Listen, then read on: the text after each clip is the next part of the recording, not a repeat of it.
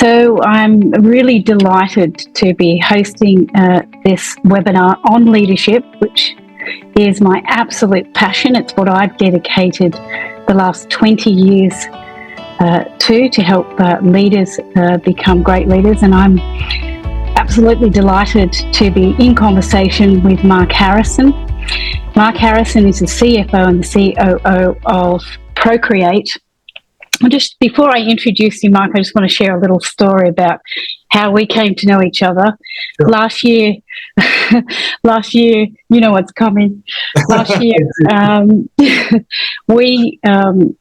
I was delivering Respect at Work training to meet the new compliance obligations for Respect at Work for Procreate. And Mark was... you're in the front row, and it was great to see an executive actually on the first day in a Respect at Work program, because not all of them necessarily think they need it. And Mark was there, and during the program we talked about discrimination, and I brought up unconscious bias, and we had this wonderful conversation of stereotypes. And Mark said that he didn't like being stereotyped as, the tall white guy, who I suppose the insinuation was you got your position because of that. And I said to Mark, I agree with you. It's not fun for anyone to be stereotyped, not to be seen for who they are. And that's the point of it. And I said, but you have, because of your privilege, received, more advantage than other people, such as people of colour, women, people of lower class, Indigenous. You've received more advantages. Yes. And, I was waiting for one of two reactions, hoping for one reaction, which was, a bit of enlightenment. And that's what I got from Mark. I could see the light bulb. And Mark really sat with that and took that in, and I could see it agreed with his value set. So it wasn't the last time I was to be with Procreate. And let me make it clear, there has been times when I've said something like that where someone in the room objected, thinking that their position was gifted, they got that position without advantage because of their brilliance, and that's just not true. So I guess that formed a relationship with Mark, and I have the privilege at the moment to be Mark's executive coach. And he has done a 360 and we're working together. But during the course of the coaching sessions, I found myself learning more about leadership than I absolutely knew myself. And I thought, this stuff's got to be shared because it's rare, number one, and we are in great, desperate need in organisations, in our communities, in the world for great leadership. So that's why we're here today. And so welcome, Mark, and thank you so much for taking the invitation to share some of your wisdom around leadership. Great to be here. I'm very privileged. So some of the things, I'm just going to ask you a few questions about things that are important to you in leadership. Yeah. And I'll just start with a couple of them. One, do you just want to make an overarching statement of what you think leadership really is all about in your own words? Yeah. It's an interesting one, and it's so subjective. It's very different for different people, and it obviously has to be authentic. It can't be something which, I'm going to sit here and sprout off a number of my different opinions and ideas, and they may be completely at odds with the way that someone else might use them. But for me, I think leadership, something that underpins my view of leadership is that it's really the art of getting people to do something you want them to do in a way that makes them feel like they did it for themselves. Now, that's not original, and at face value, it sounds kind of yucky, but it's not really at all. I think ultimately, if you've got the choice between a leader that says, I want you to do this and that's what I want you to do and it's for me, that doesn't leave you feeling particularly good at all. The good leaders are the ones that empower teams to be able to go and fulfill the wishes of the business, the organisation, but in a way that makes them feel fulfilled. I've done this for myself. I have alignment with the values of the business or the organization. So yeah, that's the underpinning of my style. And like I said, on the surface it sounds yucky, but it's really not. I think when put into practice, it gets really good. Well, at least I've found it gets very, very good results. Yeah, it's interesting. When you say yucky, I suppose another word for that is sort of cliche, is what you were talking about. It sounds because it sounds manipulative, but well, I have coached a number of your own leaders, and certainly they are saying you're anything but manipulative. They say you're inspiring. So let's just put that to bed. You actually have one. Something that I'm really interested in, something that I find that many leaders struggle with, which is challenging stuff.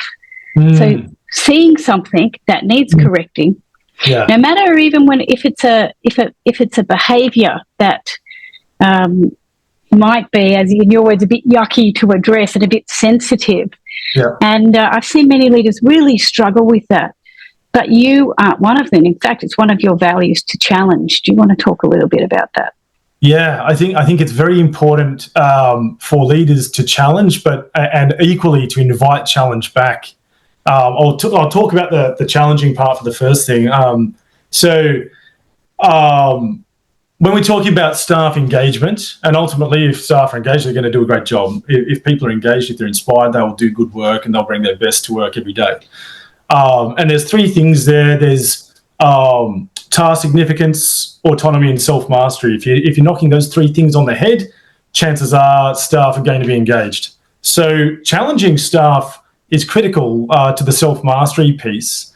And if it's done correctly, if it's done purely authentically for them, I think that is recognised, and a lot of effort will go into building self and building people around as well. So I do it primarily for staff engagement, not necessarily to elicit a result. And I think that's really critical as well. So many businesses focus on trying to tie the goals of the individual to the goals of the company explicitly. When you go through the goal setting process, you have to map it back to certain goals of the company. It's almost as letter of the law that way. I mean, that's a very traditionalist approach, but there's still a lot of people doing that. And we've kind of taken that next step of saying, well, actually, if so long as people have their where the business is going well articulated to them, all you need is for them to front up healthy, happy, and engaged, and they'll execute. You've already employed them because they have a certain level of skill and competence. So by just ensuring that they're healthy, happy, and engaged, they will come to work and provide the best every day. That was and that was evidenced by the session that I delivered for your ops team at the end of last year, where it was a perfect brief, but an unusual brief in that, yes, you wanted their development goals, you wanted goals articulated, but you actually asked me to do a holistic session for the people.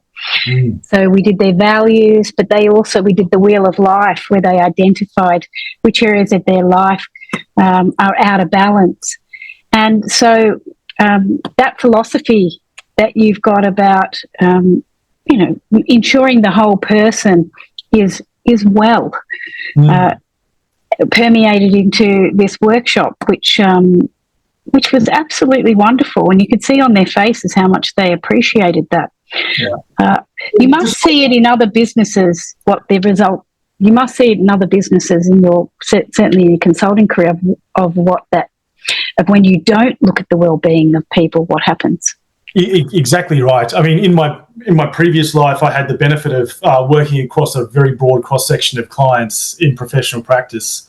And I mean, one thing is absolutely clear. You shouldn't even have to observe it. It should just be logical that if someone is not well in themselves, in their life, if the family unit isn't strong, if people are suffering, if they're demotivated and unhealthy, how do you expect? You can draft the best goals in the world for them to come to work and try to hit, but they're still not going to do well, right?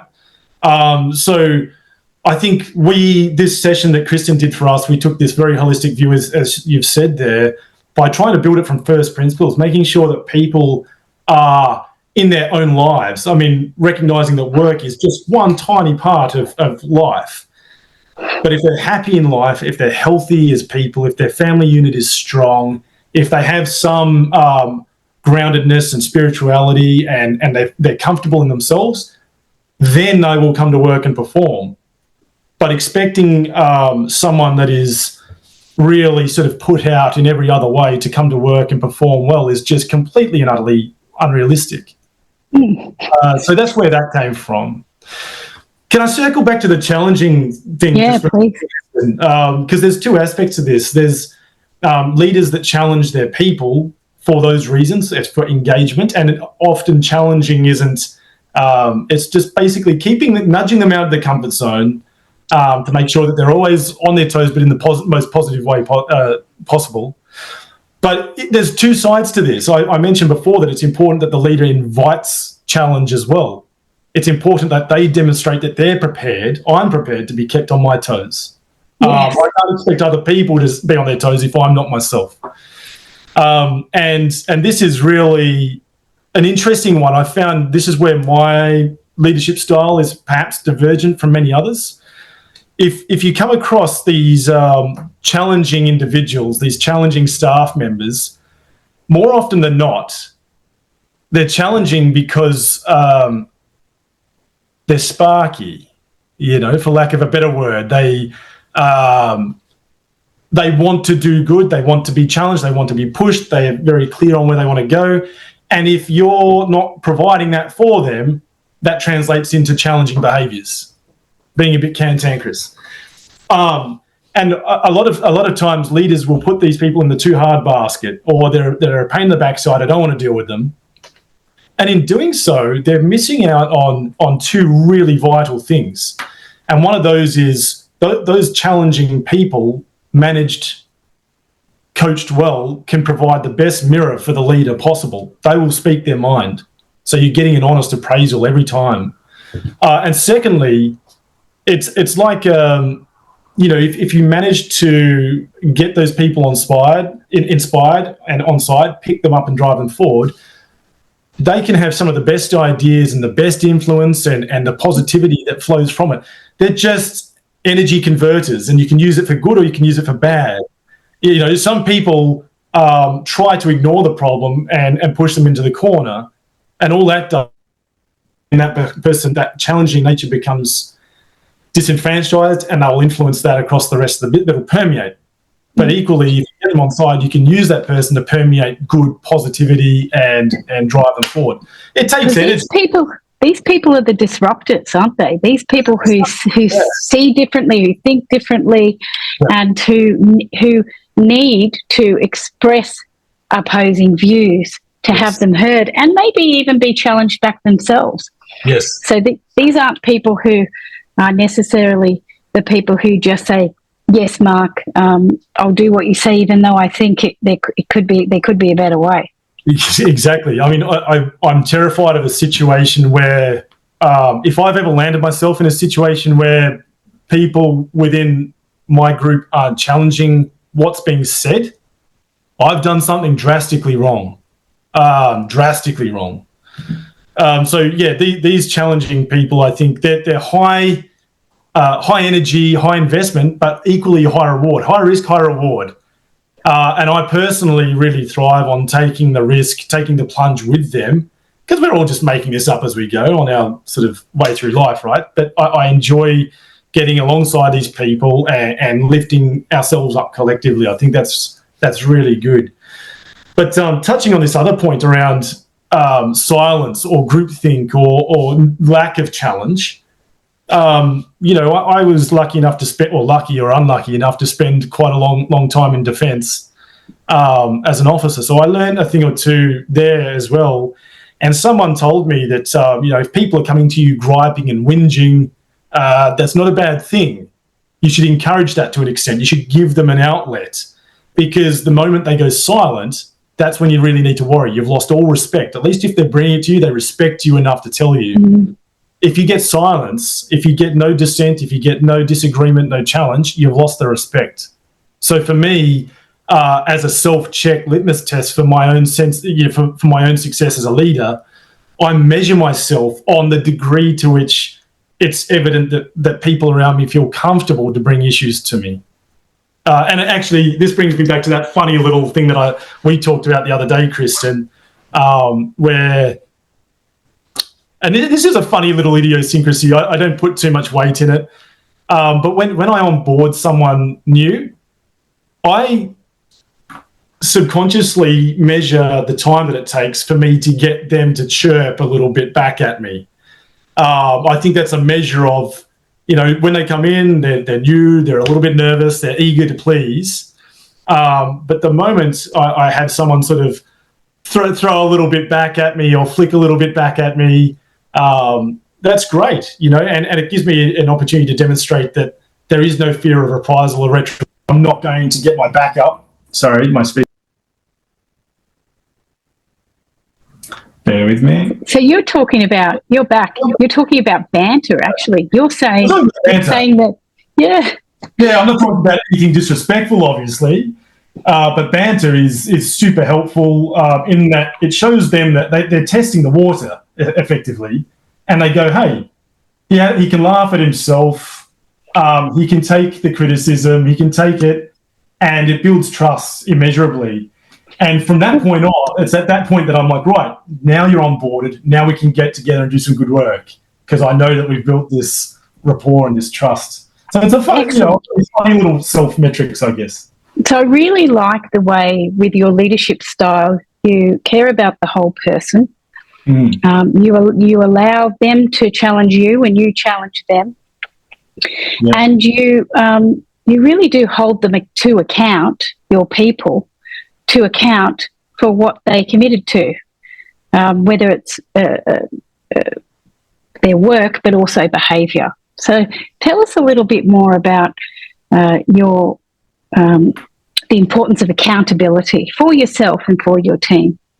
Yeah, look, accountability is so important, I think. And again, it comes back to that primary driver of engagement. If people aren't being held to account, if they're not delivering on that third key aspect of engagement, which is the self-mastery, then they're going to become complacent, bored, disengaged. So I think accountability, and there's healthy accountability, there's unhealthy accountability. I think that the best form of accountability is accountability of self. So if you can inspire a culture where people hold themselves to account, that is the primary, that's the number one. The second most important form of accountability, and this is, I think we've covered on this before, Kristen, at least for me, I like to establish a team environment where colleagues help each other to be accountable. It's very potent when it's a terrible name. I call it sideways accountability. I'm sure someone will come up with something better and it's not original. But we're a team, no one wants to be the weakest link of the team. They don't want to let their team members down. And also, if the environment is constructive, then they can rely on their team members to tell them when they're not quite at the standard or how to be at the standard. So I think that's really important to set the psychological safety of the group such that you can achieve colleague to colleague, peer to peer accountability for the collective good. Sorry, I was just going to say, I really like that you don't just say you've got to keep each other accountable, because I'm back next month to do a session on creating a feedback culture. So helping them with the script and the language around that. So I like the fact that it's not necessarily just telling them things. You're showing them things, but you're also educating them on how to get to a point where they can hold each other to account. Because It's not easy to hold. It takes a lot of work. It takes a lot of work. Yeah. I mean, to create that environment, I'm jumping ahead a little bit here, because to create that environment, it requires a number of key ingredients. Like I said, you've got to create the safe space, the psychological safety within the group, and trust from peer to peer that the feedback is always with the best intent in mind. But equally, you need to set the standard very clearly so that it's not left up to the subjectivity of the group. You can let it go a little bit and let it evolve as the group evolves. But I think it's very important that the leader sets the tone initially and says, "This is the standard. This is what I'm expecting." Extrapolate it. Go as a group, take that away and build upon it, and make it their own. It has to be something that they own, of course.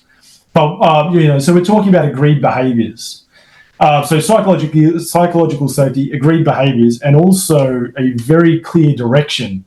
When you've got those ingredients, you've got an environment where people can help each other to be accountable. Until that point, it's my word versus their word, and it's completely subjective, and who knows whether we're on the same songbook or not. So coming back to the weight of importance for each type of accountability, you've got accountability of self, peer-to-peer, and then lastly, in terms of my priorities, is top-down accountability. And that's the point of last resort. If all else has failed, if I then have to go in and tell someone, again, I see that as a bit of a failing of I haven't quite set things up right to succeed in the first place. Now, the interesting thing is accountability in the traditional sense, and in many other sort of leadership styles I've seen, it comes from the top down first. And then maybe there's some peer-to-peer. And then lastly, they're not asking people or setting the scene or coaching them to be able to hold themselves to account. So it's actually a reverse cycle. Now, obviously, that again, just to disclaim, that's what works for me, or it's what I strive. I've seen that the team dynamic is best when you set the scene like that. I mean, we all know if I go and say to someone, you could have done this perhaps a little bit better over here, or what have you, they're kind of expecting that. They're expecting it. When it comes from a colleague, someone that is at the same level, they speak all the time, and it comes from a colleague, it's really potent. It's different because they're working with, beside them every day, and it's meaningful, especially, you create a culture, of course, where people are grateful for the feedback and not defensive, because getting the feedback means growing, not getting in trouble. And I think that's the beauty of having the feedback coming from a colleague, really. You're not getting in trouble. I'm here to help you grow and show you the impact of that on myself and you and the work. So I think it's a very important thing, and it might be your opinion, but it is best practice leadership. I can tell you that. I wanted to ask you, all the things you're talking about require humility, really, require that you get to swallow your pride. And all of us here, I assure you, that are listening to this conversation, know that there are plenty of leaders out there who you can't challenge, who you have to walk on eggshells with, who I suppose have built up a self-image of themselves different to how perhaps others see them, and therefore they're afraid of that feedback. So can you just talk to that a little bit? Yeah, I mean, look, you're my coach, Kristen. You probably have better insights on me than I do in this regard. But look, I think it's really important. Let me just talk a little bit about me and my approach for a minute. So, I mean, we all know when we're having an adverse reaction to something. It doesn't feel good. So long as you're in tune with it, you know. Whether or not you can articulate it's another thing, but we know instinctively and deep down when something has happened and I've had an adverse reaction. I think for me, at least, I have an inbuilt self-checker where I try to remove myself and give myself time to reflect and say, well, where the heck did that come from? Why did that happen? Is it something that I want to be? Do I want that? Is that actually serving me? Is that going to get us, the greater good? So when you start to ask yourself those things, it makes it a much easier hurdle to cross. And also, having worked with people in the past who they will say all of the right stuff in terms of we're here for the collective good, we're trying to build a business or organization for this reason. But then when push comes to shove, the behavior and the actions are incongruent with those words. It becomes about self-protectionism, it becomes about self-aggrandizement, or any of those sorts of adverse behaviors. I don't want to be like that. I don't respect people that do that, and I personally don't want to be like that.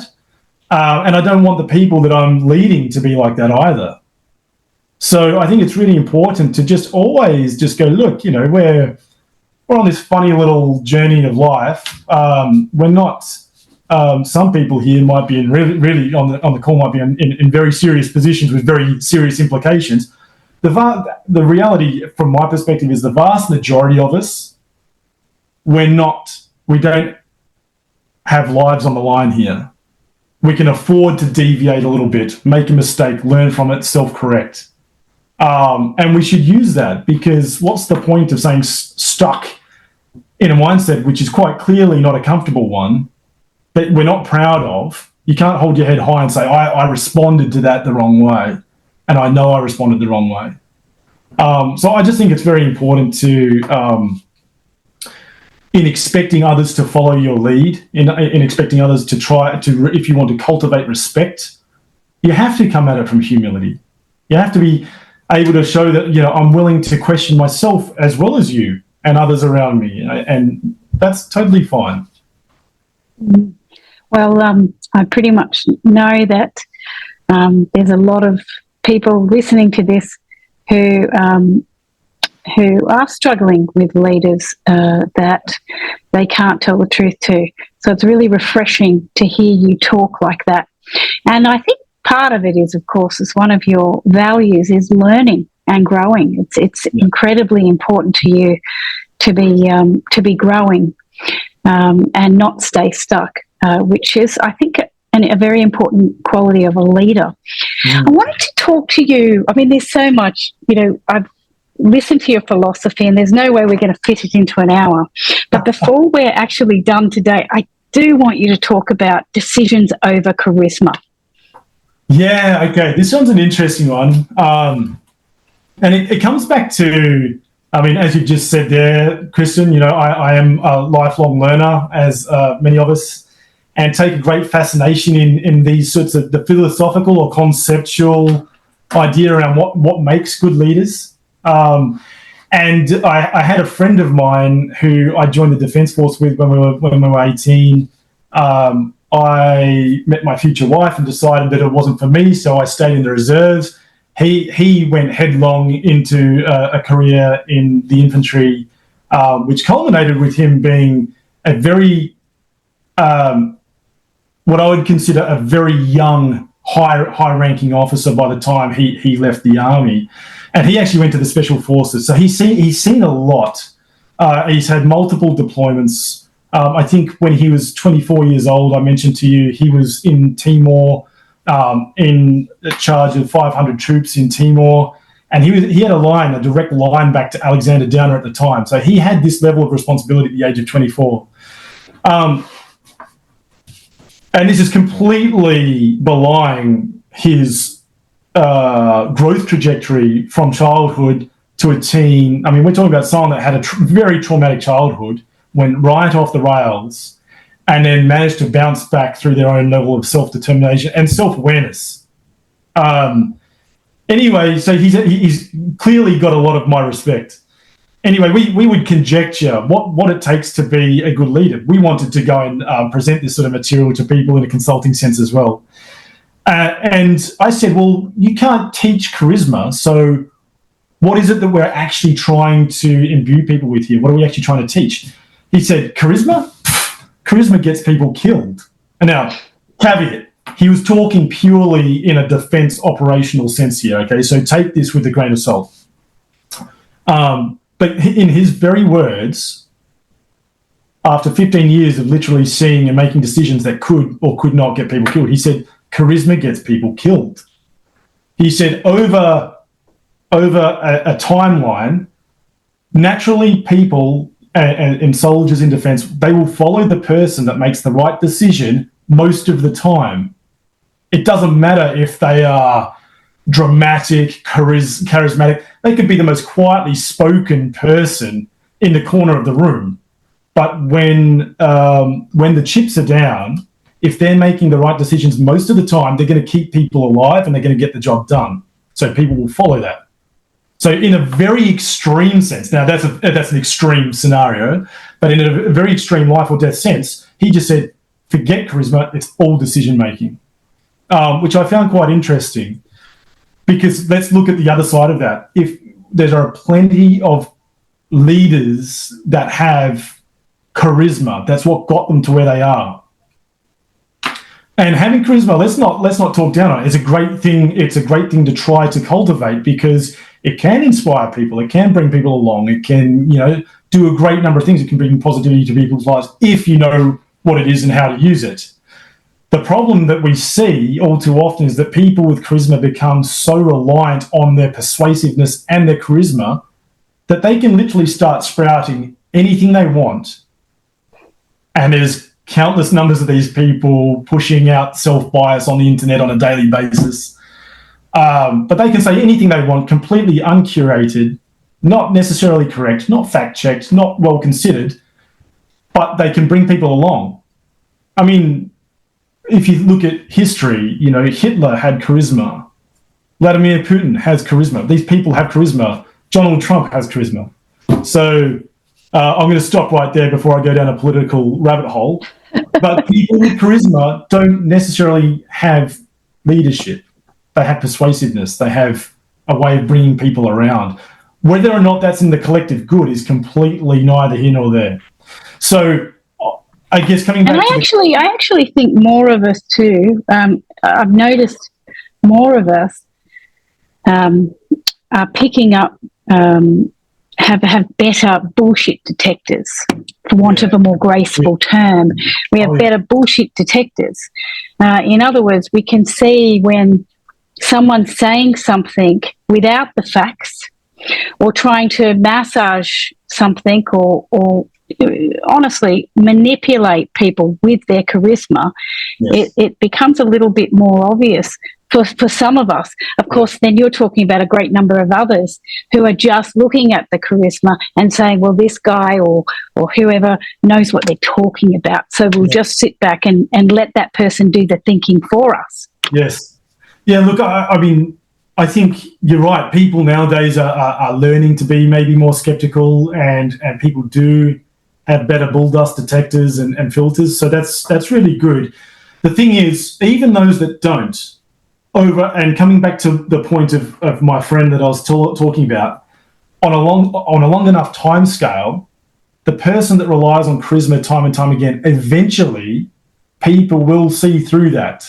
It might hold up for a couple of months, a couple of years even, but eventually over a long enough time frame, when it really comes down to it and they're forced to make decisions, eventually the cracks will start to show that they perhaps haven't checked their facts, or they haven't really done a proper situational appraisal and come up with the correct course of action. It'll start to shine through, whereas the person that makes decisions, the right decisions most of the time in a considered manner, the opposite is true. Over time, people will see that actually there's a pattern of success emerging here.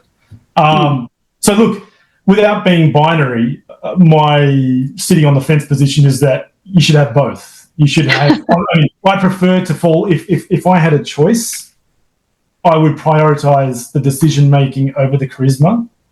But if you can have great situational appraisal, a good reading of the facts, and come at things from an informed perspective, and then have the charisma to bring people on board, obviously that's the ticket. Yeah. I think it's interesting when you say decisions too, because there's a lot, of course, that goes into a decision.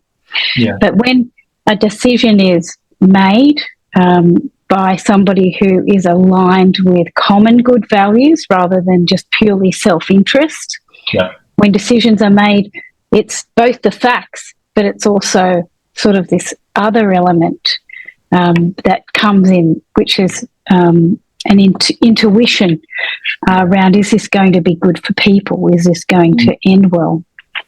Yeah. Well, just on that, I mean, where we're going here is values-led leadership, right? And that is, and authenticity, but values-led leadership is so important. I mean, a key aspect in being able to cultivate respect and bringing people along on the journey is consistency of the leader. People like to feel, naturally, we all like to feel secure, most of us, and we follow people that can give us some sense of security. Yes, we like to challenge ourselves, but we like a sense that I'm following someone that knows where we're going, and I can do that. The consistency is really important. Now, decision making, like a lot of the time, we are forced to make decisions without a set of facts, or the facts are great, or they're not even facts at all. It's humanistic, it's behavioral, it's very qualitative, not quantitative. So what do you do in that situation? And this is where having strong values as a leader is so critical, because just like this is the same reason why companies set vision, mission statements and value statements, such that when everything's going a little bit awry, you've got some internal compass to pull yourself back to and go, no, I still know the way, and it's this way. And even if it's not the most perfect course of action, people will respect the fact that this is Mark, I know his values, he's made that decision in alignment with those values, and I know that the next time it happens, he will also do the same. It will always be a values-driven decision that's in the best interest of people, and they will follow that. And that's absolutely right. When people are relaxed really enough, they can do their best work when they're relaxed enough. To be relaxed enough does require a leader who is consistent, because a leader who is inconsistent, so is moody, for example, or changes his or her mind too often, or blames, that will simply turn on our fight or flight, and will be ready for the unpredictability. And of course that creates adrenal fatigue, and it creates well-being issues. So being a consistent leader, values-driven, is absolutely healthy for all of us. Yeah. Look, just on that, Kristen, I mean, there are some people out there that are naturally spontaneous, creative thinkers that don't necessarily like to sit in the same spot, and they will move around and they will change their mind. And I think that's okay if, I mean, to an extent, it's okay if they sit, if it leans well into their role, if they're expected to be creative and spontaneous.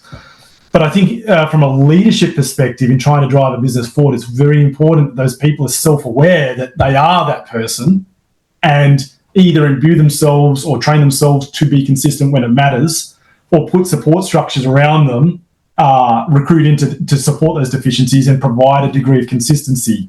And that way they can be a little bit chaotic. I mean, I've seen plenty of good leaders that are really quite shambolic, and they leave a trail of destruction behind them. But the self-aware ones build the support structure, and they are aware of it. They don't. They're not making mess for other people intentionally. But the collective team, the people around them, recognise that, hey, that's their strength. I can be a sweeper because I understand that that's their strength, and collectively we've got this in the bag.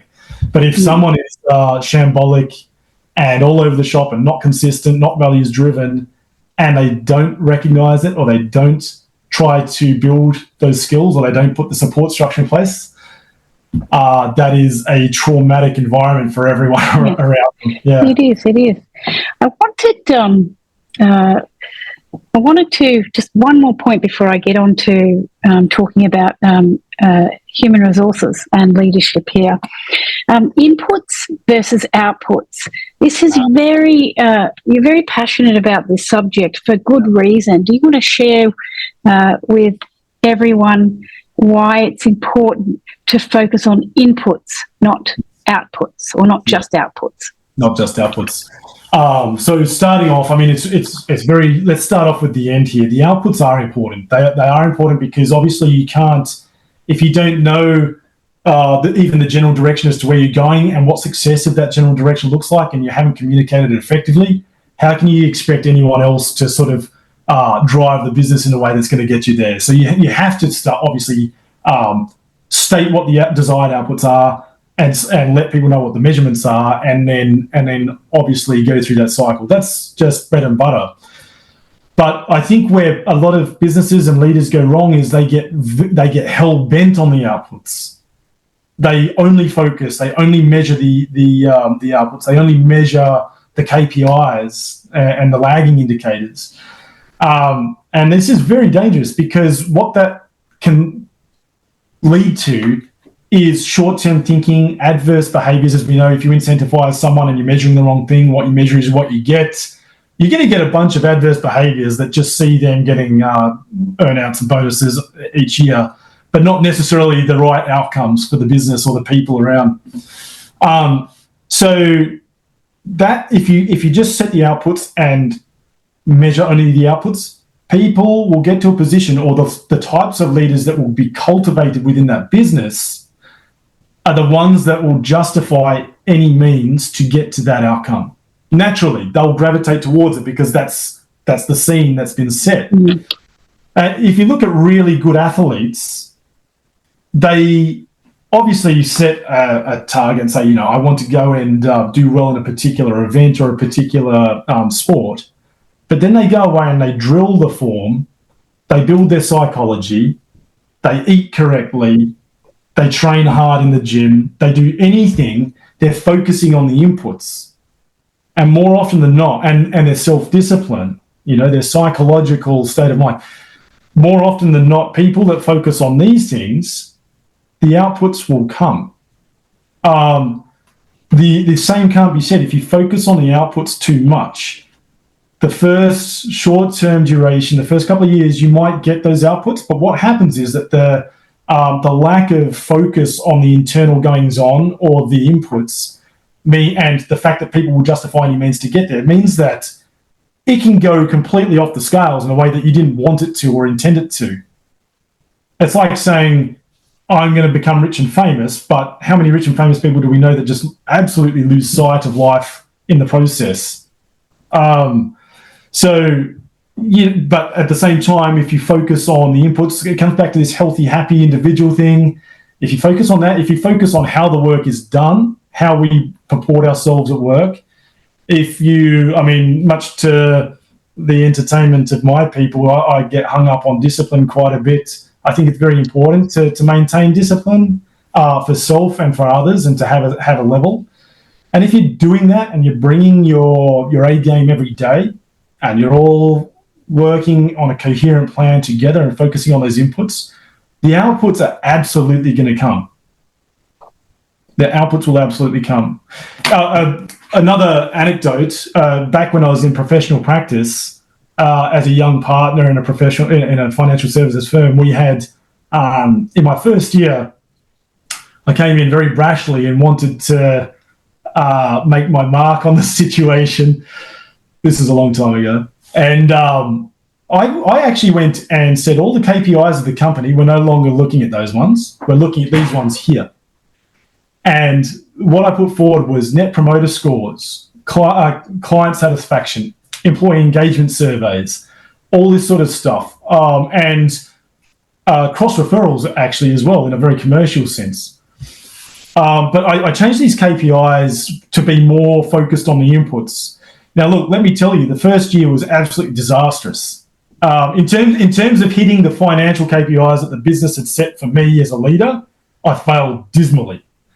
But what it did do was we cultivated a team that actually were far more aligned with the KPIs that I'd put in place. They were more engaged as staff. They provided an excellent service to the client base. The clients, in turn, resonated, liked it, referred more clients. And this kind of built on of itself.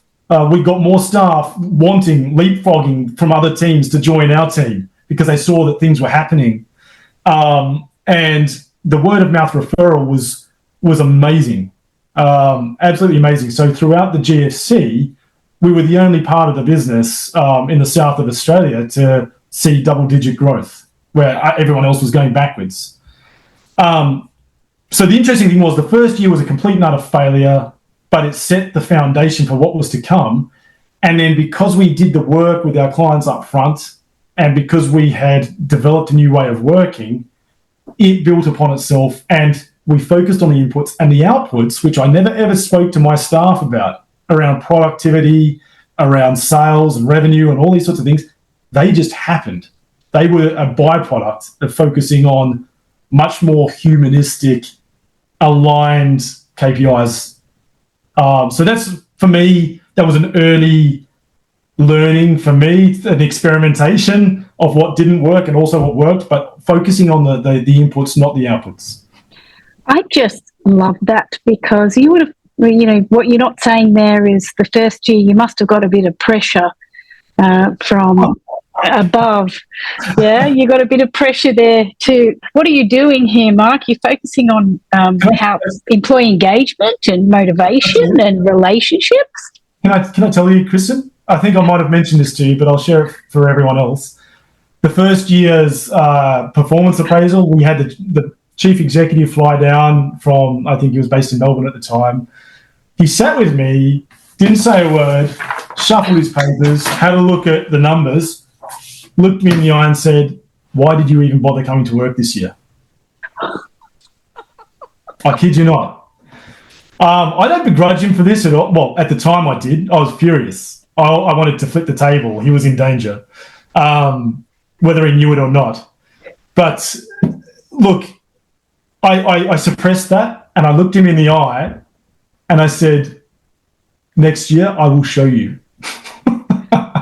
Now, the funny thing is, to his credit, he looked me straight back and he liked, this is the challenging thing, he liked that I had challenged him. He was just being direct. I was direct back. And I said, "I will show you." And he said, "All right then, show me."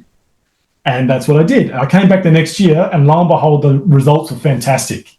As I said, the byproduct was that the finances were excellent.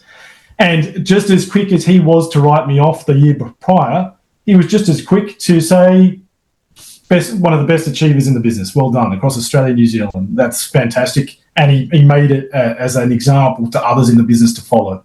So you're pointing out another lesson. Sorry, you're pointing out another lesson for all of us that I think really does lack in leadership, is a focus on the long term instead of the short term wins to get a hit of admiration.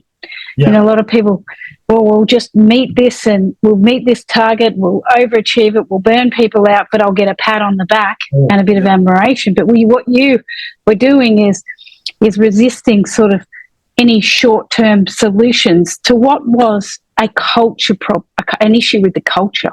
Yes. Yeah, and look, that's a values thing, actually, to be honest. This is a value of mine, and this is what I always used to say to clients as well. They would come to me, and if a client in professional practice said, "I'm just going to pay you a fee and you're going to provide the service," I'd say, no, that's not how this works.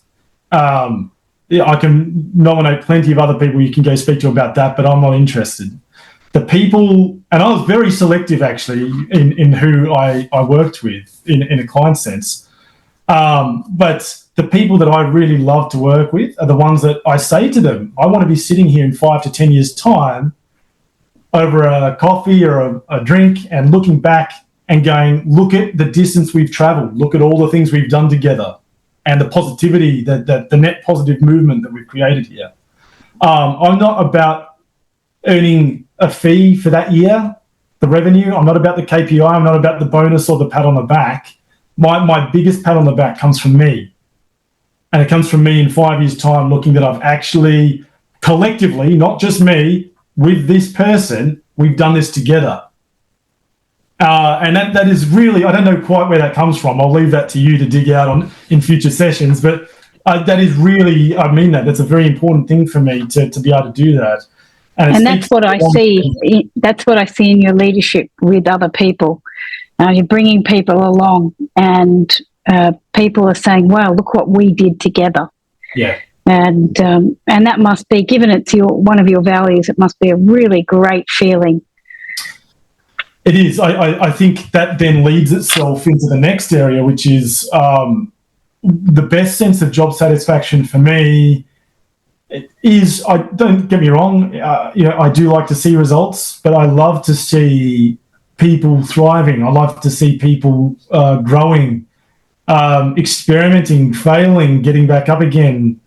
I'm not here to sort of set the business world on fire, but within my small little circle of people and sphere of influence, if we can do some cool, fun stuff and have some learnings together, that's all I'm about. And a great story from Procreate at the moment, in fact, was, and I hope she doesn't mind me using this as an example, but we had someone join us as a accounts officer in finance, quite a financially administrative role, I guess you would say. And she was very good at it, very diligent, and but I used to tap her on the shoulder and go, hey, check out these statistics over here, or look at this pattern that's emerging in the numbers. And over time, she would start asking questions and talking about it, and I realized, and I would start asking her to say, hey, that report there, do you think you could improve it by doing this? So we sort of deviated her tasks away from her bread and butter role into this. We evolved it into something which I could clearly see was lighting a flame of curiosity.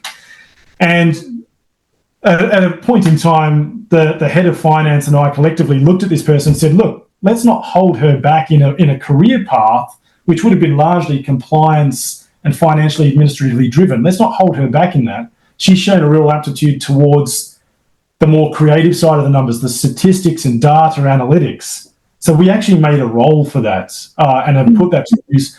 And the moment we gave her the title and the direction, she was glowing for months and years. In fact, to this day, she's just brilliant to work with.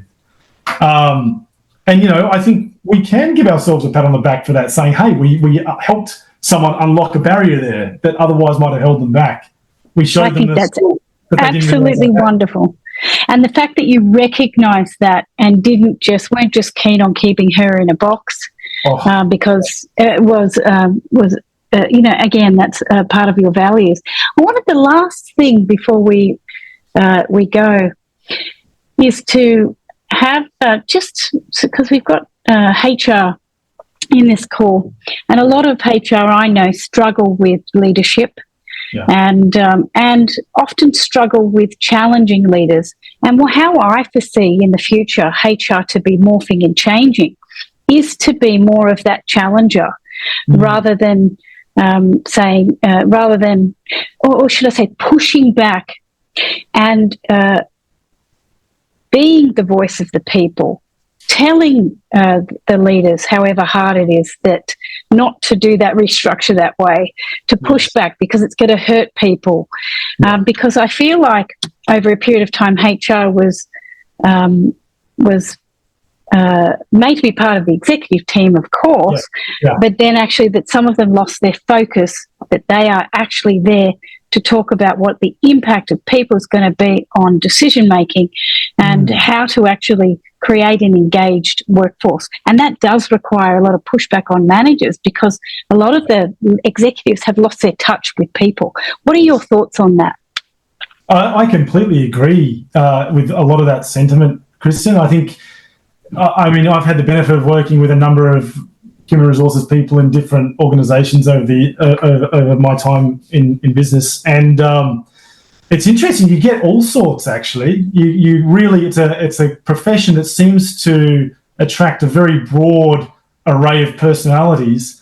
I've worked with people that are absolutely angelic in nature in human resources, and I've also seen people which are, I had one guy that I'm almost ashamed to say it, but I called him the Hitler Youth. And he was he was very compliance driven, compliance, human resources compliance driven. But ultimately, at the end of the day, I think it's really important to remember what it is we're actually trying to accomplish here. We're not trying to drive a compliance program for the sake of driving a compliance program. We're not trying to blindly be activists on behalf of people because they're disenfranchised, potentially. And equally, we're not just here to side up to the executives or of a business and win favour and just give the answers that they want or to push the hard bargain or to carve people out when required.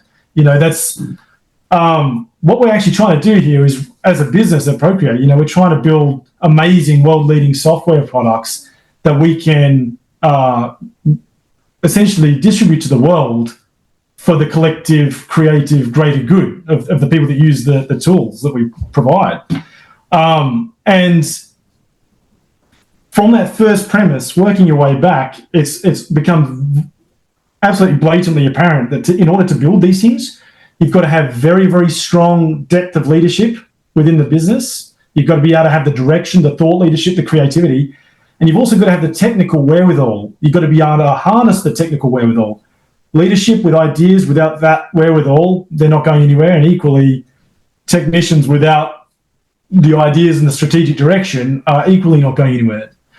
So I think if you work your way back from first principles to that, well, developing leaders is a core function of human resources.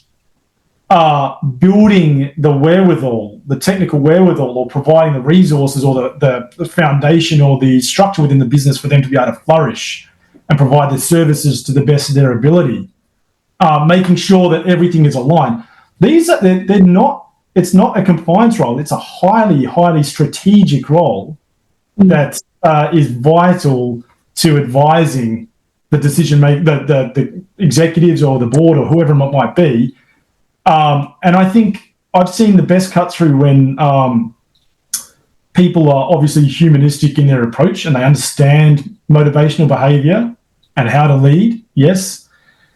But and I'll say this for anyone on the call, where they're coming up against leaders that just see the commercial benefits alone, or they just see the compliance, or they can't deal with that person because they're too hard. I find it really useful to be able to structure arguments as to why a particular human resources initiative or may be beneficial when it's based around commercial terms. So yeah, look, if they speak finance, put it in financial terms. We're unbelievably lucky here, as you know, Chris, and we've got some amazing human resources people here in our business. And oftentimes they'll try to, put forward a new initiative, a training program, a leadership development program. Sometimes, for natural human reasons, life gets busy and that's not the priority. We're fixated on this thing that's directly in front of us. But when you put it in a financial sense, and this is where, as a financial person, I try to help provide them with this ammunition to use. When they say, well, look, if we've got a wages bill of, let's call it $5 to $6 million, and at the moment we understand that they're underutilized by roughly 30%, you can conjure that from wherever you like, but you should be measuring it. They're underutilized by 7%. Even if we can make that workforce 2 or 3% more effective in their daily operations in this particular area, or the leadership, or whatever it might be, that amounts to literally, hundreds of thousands of dollars on an annual basis. So when you start to frame, we should never, it feels awful to say that, because first and foremost, we should be wanting to just look after people because they're like us. They're people. They're trying to get through in the world. I guess what I'm saying is, if that's not enough of a motivating factor for those leaders, finding other ways to couch these things in a commercial sense. So then the human resources advisor becomes more of a business advisor. This is a consigliere. This is how, I'm going to sit off to the side and advise you how to achieve your aims, business aims, personal aims as a leader, whatever it might be. Does that help? Yeah, I like what you're saying there. I think I personally think that the HR leaders that are just compliance leaders who like to be the police perhaps could go and get other jobs, because I've heard of them damaging self-esteem and damaging reducing their motivation. So, but there's some good parking officer jobs in council for those who are overly eager on compliance, because I do think the future of HR is actually to help to help people really thrive. And that's not just putting a wellness program in front of them. That's actually understanding people from from a deeply humanistic perspective, and creating a workplace that where they feel that they can do their best work. And Mark Harrison, that's exactly what I think you do. You create a workplace where people can give their best work. And I want to say it's an absolute pleasure that I am working with you. And I absolutely love it when you leave a coaching session and said, oh, that was a little bit uncomfortable. Oh, I have to look into that. Rather than run away. So thank you so much for joining me today in conversation. There's so much gold in what you just said. And I really appreciate this. And I hope your message goes wide and far, because what we need most right now in the world is great leadership. Thank you. Thanks, Kristen. And thanks for everyone for joining. I really hope that you got something out of that. I certainly enjoy it. Hopefully you can see that I enjoy what I'm doing. And we certainly try our best, Kristen, to create that environment where people can thrive. At the end of the day, that's what we're going to remember. We're not going to remember the KPIs that we hit. We're going to remember the people that we influenced and the humanistic behaviours, the people that we corrected or drove to bigger, better things. That's where the real enjoyment is. And that's what everyone here does. This is human resources. It's about taking flames and making them burn bright. So thank you for very much for having me on. I've really enjoyed it, as I always do with you, Kristen. It's great fun. We're going to have another one. There's definitely at least another one there. Thank you so much, Mark, and thanks everyone for joining us. Have a wonderful day. Thank you.